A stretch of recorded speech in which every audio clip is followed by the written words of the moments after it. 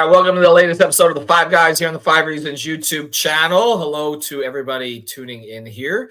I'm Ethan Skolnick. You can follow me at Ethan J. Skolnick at Five Reasons Sports. Got Alex Donno. You can find him at Alex Donno. We're here every Tuesday and Thursday talking about South Florida sports issues. If you want just Heat content, of course, 5 on the floor. Dolphins content, 3 yards per carry, and all Dolphins. Hurricanes, I'm not going to mention because I know you've got another competing interest there. So I'll leave that one out. Soccer, although listen to Alex's podcast too, but as well as Vish's at 6 Rings Canes and Vish and Jazz. And also of course, check out Messi and Company on Messi actually, but he's playing tonight, but he's not playing for Inter. All right. We are sponsored. We'll tell you about our sponsor first, and then we'll get to today's episode, which is about the Heat. We know you want to talk about the Heat because things are rolling. Water Cleanup of Florida, your one-stop water and mold cleanup shop. We mentioned Michael Robert and his entire team all the time. Why do we do that? Because they do the best job even beforehand. We recommend if you have a leak of any kind, reach out to them. They will take care of it for you. And again, make it that you don't have to deal with insurance companies and the cleanup afterwards. But of course, they can do that too. So reach out to them. Water Cleanup of Florida. Again, you can find them at WCUFL.com. If you've got the schmutz, they got the guts. And speaking of guts, Mr. Donno, as I'm plugging in my microphone here, which I forgot to do. I sound better I should have noticed that something sounded a little bit different. You still sound majestic. It's just not. Oh, majestic. That's the word that people use for me. No, that's like the last word that anybody uses for me. Majestic doesn't describe the Heat's offseason either. So let's get to it. Here's what they've done. All right. And then we'll get into some of the circumstances of it. But because we've done a lot of this on 5 on the floor, I really, with you, want to get into like where they stand. So they re-signed Kevin Love. They re-signed Thomas Bryant after he opted out, which seemed like a favor to move a little bit further under the apron at that point. Josh Richardson opted into his contract. DeLon Wright left for Milwaukee on a 1-year minimum deal. Caleb Martin, of course, that's the big one. We talked about that one. And with that one, they offered him a sizable contract. In fact, 4 years at $58 million on top of the $7.1 million if he had opted in. They told his agent, if you opt out, we're not going to be able to offer this same amount. We just can't. Don't come back to us for that. He came back to them for that. They couldn't offer it. They ended up, instead of working on another type of deal with him, which they were willing to do, he took the money in Philadelphia, which was roughly half, $32 million over 4 years. So that's where it stands for him. Haywood Highsmith re-signs on a 2-year deal, roughly $11 million total. Talked to him yesterday, and he said that basically, he's still a young player in his eyes, and then, he wanted flexibility going forward, but he wanted to come back. And of course, they added Alec Burks on a minimum. And here's the big thing: Duncan Robinson and Tyler Hero, Terry Rozier are all still here. As is Jimmy Butler, although he has indicated he's not going to sign an extension after the season, and there's no indication the Heat are going to give him one right now. And, of course, Bam Adebayo has signed an extension, which can earn him up to $166 million. Before we get into the circumstances and where they stand, Alex, how would you rate the offseason? Because at this point, I said this on 5 on the floor, it's pretty much over. I mean, I'd like to hype something else, but, I mean, there could be a trade that presents itself. They're still looking to improve the team, but the roster spots are pretty much filled at this point, and the money is spent. Right. I mean, it's over in terms of free agency. Like you said, the only thing that could shake this up would be a trade that we don't foresee happening at this point. So they're locked in right now with 14 guys on the roster. So how do I rate this offseason? Thankfully, because I watch and listen to 5 on the floor, my expectations were not set too high. Like a lot of Heat fans were. So I'm not too surprised by the way this is shaken out. So, I mean, I guess I'd give it a 2 or a 3. I mean, it's like a 0 on the excitement scale, but like, in terms of, making some of the moves that the Heat made, and I don't, discount keeping Kevin Love around either. I'd give this about a 3. And when in off season, I would also include drafting Khalil Ware, who's out there, dismantling the G League, which is nice, or the Summer League, which is nice to see.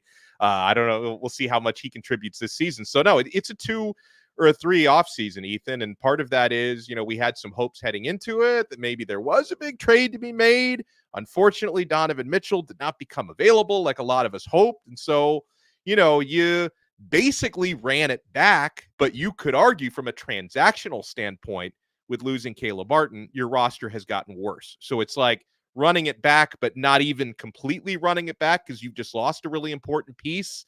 So yeah, I can't give high marks whatsoever for this offseason because it's been a little depressing as a Heat fan.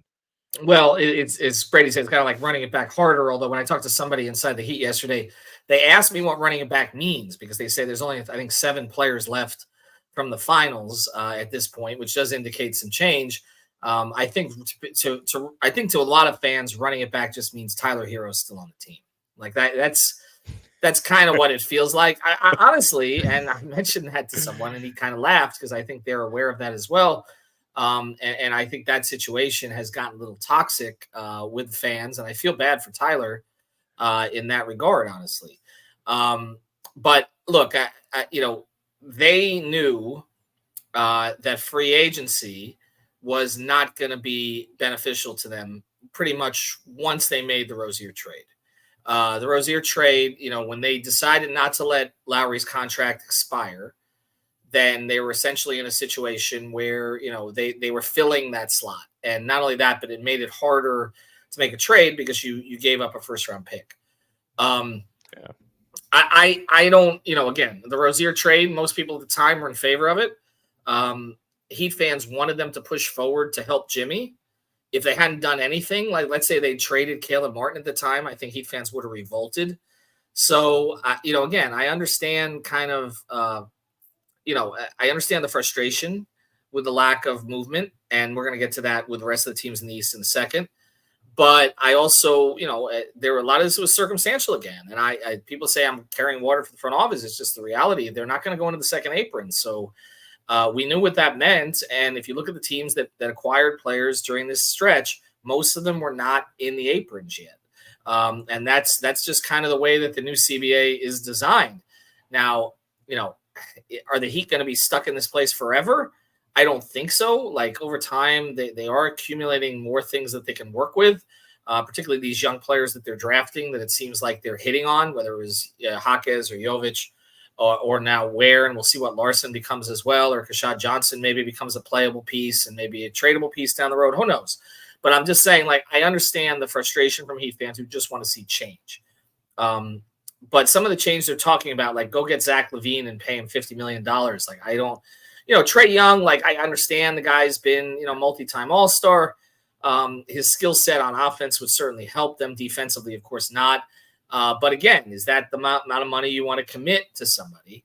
To pay somebody is one of the top 3. And our friend Lynette, I think we need to be realistic. Who was actually available that he could have got to put him in the same class as Boston. Don't think there was one or is one. I mean, it was Donovan basically, and Donovan was unavailable. So, so that's where it's at, Alex. I'll say this: like, do you have any thoughts that like this is not even a playoff team, like or a bottom end play-in team? Well, here's I do also want to present a more optimistic viewpoint, right? Because I just said it that when it comes to what the Heat have done in terms of making moves this offseason, right? I rate it as a 2 or a 3. I'll call it a 2.5, right? Really, really uninspiring free agent period. I understand there's only so much they could do, but it's not been a lot of fun. But at the same time, it's like, from a transactional standpoint, the Heat haven't gotten better, right? But people also need to remember that in this league, especially when you have a handful of promising young players are not necessarily the same thing that they were last season, Ethan. And that's what gives me a little hope, and that's what gives me pause, right? It's so, okay, I'm going to give you an optimistic viewpoint, which doesn't mean I think they're a top 3 seed or an Eastern Conference champion, but and watch it. Let me get one clarification before I go on. When you're asking me if they're a playoff team, does that include the play-in, or are we only talking top 6 seeds? Well, I mean, I guess it includes the play-in if you're assuming they're getting out of the play-in, which there's no assumptions that can ever be made on that, considering they dropped the first game in the play-in the last 2 years. I feel like the Chicago Bulls live in the play-in. The Heat are certainly renting. That's, I mean, Atlanta and Chicago. And that's, again, when we talk about the conference, there is a floor there where they really can't fall through. Like people want them to tank. Remember, they got this thing where if they don't convey their pick next year, it conveys unprotected the year after. So there's a benefit to try to make the playoffs next year and just give up the pick. But look, Detroit is not going to be competitive. Charlotte is likely not going to be competitive. Washington is not going to be competitive. Brooklyn is not going to be competitive. Okay, that's 4 of your 15 teams in the Eastern Conference. Right. They're not going to be competitive. I'll say this. I think the Heat could be a 7 or 8 seed, which would have been old playoff, which is now play in. And the reason why I say that is it's like, again, just because you have a lot of the same players doesn't mean they're going to be the same that they were last year. Because I want to continue to see the development of Jovic and Jaquez, especially. I mean, Jaquez is just heading into his second year. So I imagine there's going to be a lot more growth there. We saw a lot of growth already from Jovic last year. I think that's going to continue. And then also, you can hope and pray for a little bit better luck on the injury front, right? Because the team's been especially snake bit the last couple of years. I understand that it's been a trend for this team, but if I'm going to take a leap of faith and hope that Jimmy plays in more than 60 games, and then seeing Jimmy's motivation in a contract year now, it's going to be really fascinating to see if he just goes hog wild out there, playing for his next deal, whether it be here or somebody else. I think that's something worth noting. Obviously, we're all big fans of Bam. Tyler Hero is very polarizing. We'll see. And, for him staying healthy has been another big thing. And then you talked about Terry Rozier. Like, we didn't see a whole lot of him last season. So that's almost going to feel like a new signing for the Heat, because you didn't see him consistently on the court last year. So if you get a certain amount of development from some of your young stars, your up and coming stars, and you get a certain amount of better luck from a health standpoint, again, I'm not going to go crazy here and say it's a top 3 seed, but I would look at the Heat as a team that could be a 7 or 8, maybe even contend for a higher seed than that. So again, it's going to require some luck. If you have, important players missing 20, 25 games like you have the last couple of years, you're probably going to be fighting for a 9 or a 10 seed. But I think this team can be better, because just because the roster looks a lot the same doesn't mean your young players are going to be the same guys they were last year. No, that's true. And after the break, we'll get into the teams on top and see, okay, is there an opening to actually get past any of them? I do want to mention before we get to jerseys 305 here, they've got a couple of things that just dropped. They got some White Hart jerseys from the Big 3 era, and a couple of Dwayne Wade autograph jerseys, as well as a Matthew Tkachuk, autograph jersey. I think he's finally come back from the beach. So check those out. They're all on the website. Here's more about jerseys 305.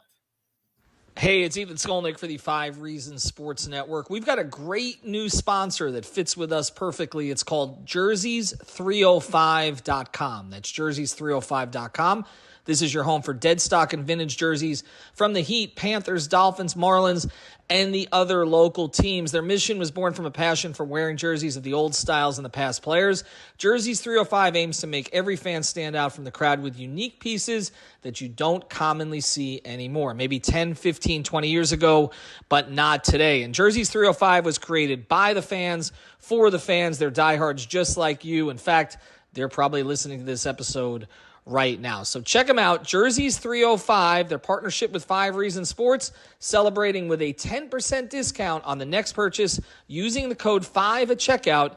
Unlock your exclusive savings on the entire vintage collection. All right, check it out, Jerseys 305, as we always mention here on the show. All right, so let's look at the teams above them, because you mentioned like 7 and 8. Yeah. Well, they're not better than Boston on paper. We know that, right? They're not really better than Milwaukee on paper. I got to figure, even with Doc coaching, that like in the next year, Giannis and Dame will figure something out. I don't really like their supporting cast. They added DeLon Wright. Looks like they're trying to trade Brooke Lopez, but Malik Beasley is gone. They have a lot of holes on that roster, but again, they have Giannis and Dame. So I'm gonna give credit to maybe some better chemistry there in year 2 and maybe better health than they had at the end of last season. Philadelphia added Paul George. Really haven't lost anybody but Tobias Harris. They're better, right? Caleb Martin. Embiid is they added Eric Gordon. Still has a little something left as a shooter. Embiid, you figure, will start the season healthy at least. He's on the Olympic team. So that's 3. Cleveland kept Mitchell. hasn't really made another significant move. That's 4. Orlando added KCP. They just paid Franz.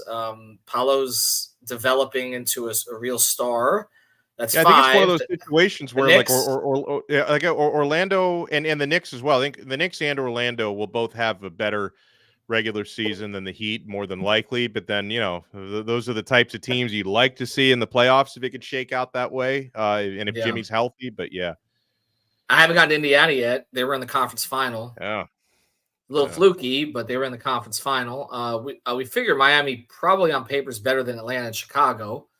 Yeah. So we're kind of putting them in the 8 with Atlanta and Chicago in the 9 and the 10 again. Is that where we're headed? Like I was about to say, I lost count of how many teams you threw out there. Was that 6 or 7 you threw out? 7.